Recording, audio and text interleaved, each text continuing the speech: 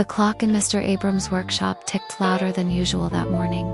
Its rhythmic echo danced along the shelves stacked with gears, glass faces, and brass hands that glimmered in the dim light.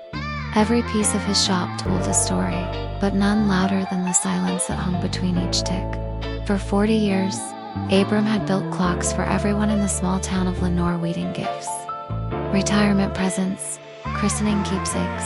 But now, he built only one, the last clock he would ever make.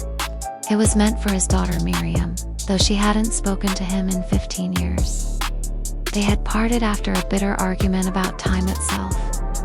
She had wanted to leave their quiet town for the city to chase life before it runs out, she said.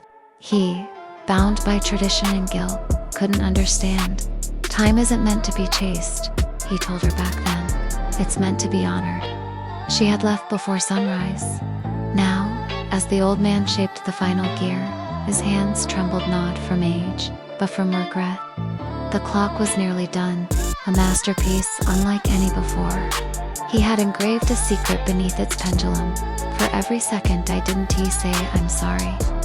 That evening, Abram wound the clock and set it beside the window. It ticked steadily, as if breathing life back into the room. Outside, snow began to fall. A knock startled him. When he opened the door, there stood Miriam older, eyes softer, holding a worn suitcase. The train broke down outside town, she said quietly. I thought I'd see if you were still here. Neither spoke for a long while. Only the ticking filled the silence. He gestured toward the clock. It's almost finished, he said.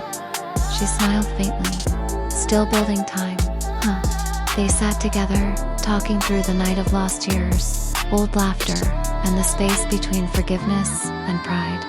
The next morning, the clock struck 12. It was complete. Abram smiled for the first time in years. It's yours, he whispered.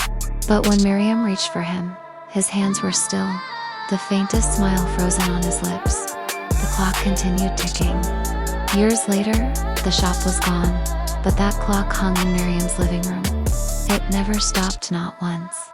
Each tick reminded her not of what was lost, but what was finally found.